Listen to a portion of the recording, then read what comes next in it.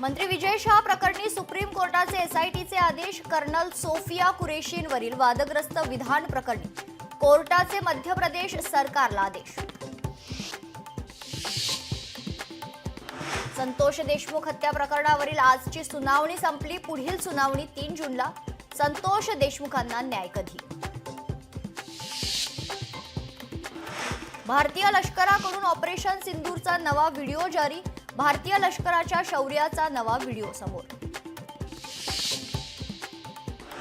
भारताचे परराष्ट्र मंत्री एस जयशंकर आजपासून 6 दिवसीय परदेश दौऱ्यावर नेदरलँड, डेन्मार्क आणि जर्मनीला भेट देणार. नागपूर शिक्षक भरती घोटाळा प्रकरणी चौकशीसाठी एसआयटी गठीत करण्याचे आदेश. 9 सदस्यांची विशेष चौकशी समिती स्थापन. राज्यात तब्बल 8,000हून अधिक गावात शाळाच नाहीत. 8,213 गावात प्राथमिक शिक्षण देणारी एकही शाळा नाही. शैक्षणिक परिस्थिती सुधारण्याचे केंद्र सरकारचे निर्देश. मुंबईत कोरोना पुन्हा डोकं वर काढत असल्याची भीती व्यक्त.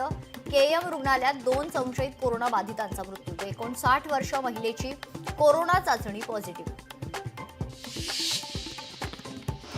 मुंबई गोवा महामार्गावर भीषण अपघात. जगबुडी नदीपात्रात कार कोसळून 5 जणांचा जागीच मृत्यू. राज्यात अवकाळी पावसाचं संकट कायम. पश्चिम विदर्भात 2 दिवसाच्या विश्रांतीनंतर पावसाची पुन्हा हजेरी. तर मुंबई ठाण्यातही पहाटेपासून पावसाच्या सरी.